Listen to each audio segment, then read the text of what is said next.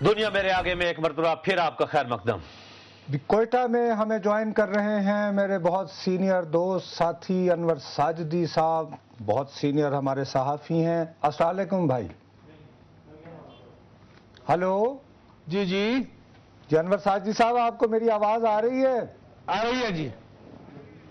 اچھا بھیا، بہت بہت شکریہ ہمیں جوائن کرنے کا۔ بھائی مجھے اطلاع ملی ہے کہ مستونگ، قلات، گوادر، پنجگور، اوران، یعنی وہ تمام علاقے کوئٹہ کو چھوڑ کر جہاں جہاں میرے بلوچ بھائی اور بہن رہتے ہیں وہاں پر پاکستان کے تمام ٹیلی ویژن کی نشریات بند کر دی گئی ہے، اور اخبارات جو جا رہے ہیں اردو یا انگریزی کے ان کے بنڈل بھی جلائے جا رہے ہیں۔ یہ کیا ہوا، کیوں ہو رہا ہے یہ؟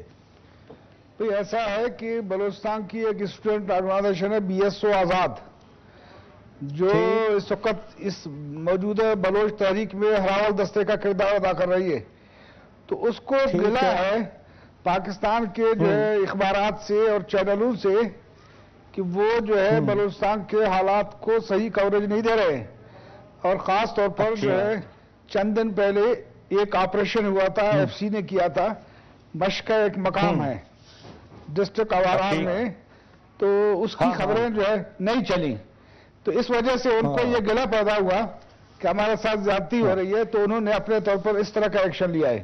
جی اچھا، لیکن انور بھائی آپ خود ایک ماشاءاللہ بہت سینئر ایکٹیو جرنلسٹ ہیں، آپ کیا محسوس کرتے ہیں کہ بلوچستان کی جو حقیقتیں ہیں وہ پاکستان کا مین سٹریم میڈیا، خواہ وہ پرنٹ ہو یا الیکٹرانک، اس کو ریفلیکٹ نہیں کر رہا؟ نصر بھائی ایسا ہے کہ ہم اور آپ لوگ تو ہمیشہ یہ فریڈم کے لیے لڑتے رہے ہیں PFGO میں، اور ہم تو ایسی چیزوں کے خلاف ہیں کہ کسی اخبار یا چینل کو بند کیا جائے، لیکن ایک بات میں کہوں کہ بلوچستان کے لوگ جو ہے بہت زیادہ گلہ مند ہیں، اس کے باوجود کہ آپ لوگوں نے کئی پروگرام کیے ہیں، لیکن وہ کہتے ہیں کہ روزمرہ جو پروگرام ہیں، جو خبریں ہیں، وہ اس طرح جو ہے پیش نہیں کی جا رہی ہے جو باقی ملک کے بارے میں ہیں۔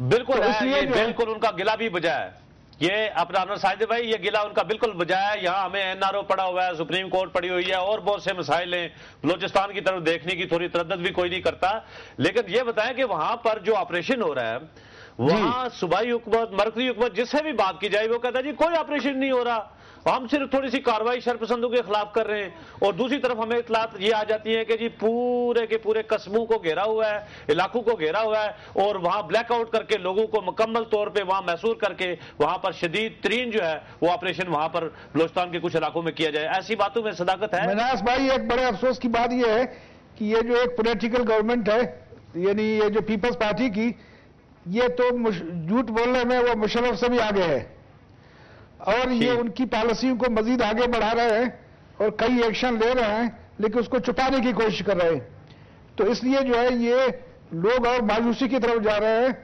اور بلوچستان جو ہے مین اسٹریم اپنا سیاست سے یا اپنے ملک سے کٹ رہا ہے، لیکن وہ باقی ملک کے لوگوں کے بعد، لیکن ساجد بھائی 18ویں ترمیم کے بعد تو ہمارے جو وزیر اعلیٰ ہیں ان کو تو بہت سارے اختیارات دیے گئے کہ چلو وہ تگڑے ہو جائے، وہاں پر کم از کم وہ تو بلوچ ہیں، وہ تو اپنے لوگوں کا درد جو ہے نا وہ باقی چلیں، اسلام آباد میں سفاکیت ہے، لاہور میں کوئی نہیں دیکھ رہا، لیکن بلوچستان میں کوئٹہ میں بیٹھ کر اگر ان کے حقوق کا تحفظ نہ کیا جائے تو پھر یہ 18ویں ترمیم ہم نے کیوں کی اور اپنے صوبوں کو کیوں مضبوط کیا ہم نے؟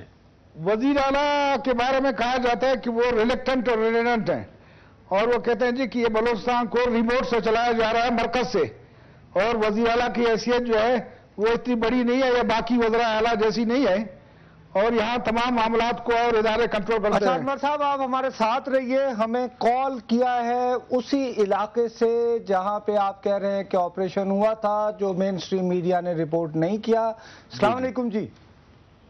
وعلیکم السلام جی کون سا بات کر رہے ہیں اور کہاں سے بات کر رہے ہیں جی؟ دیرداد مشکے سے بات کر رہا ہوں۔ اچھا مشکے سے، جی فرمائیے۔ جی فرمائیے آپ۔ ہاں آپ کے علاقے میں کیا صورتحال ہے، کیا ہوا جس کی وجہ سے لوگ ناراض ہیں وہاں پہ؟ جی میں آپ کو بتا رہا ہوں کہ یہاں جو صورتحال تھا 12 اکتوبر سے جی یہاں کی جو فوجی آپریشن شروع ہوا تھا، تقریباً 200 گاڑی کے قریب مشقیں آئے تھے خلدار کی طرف سے،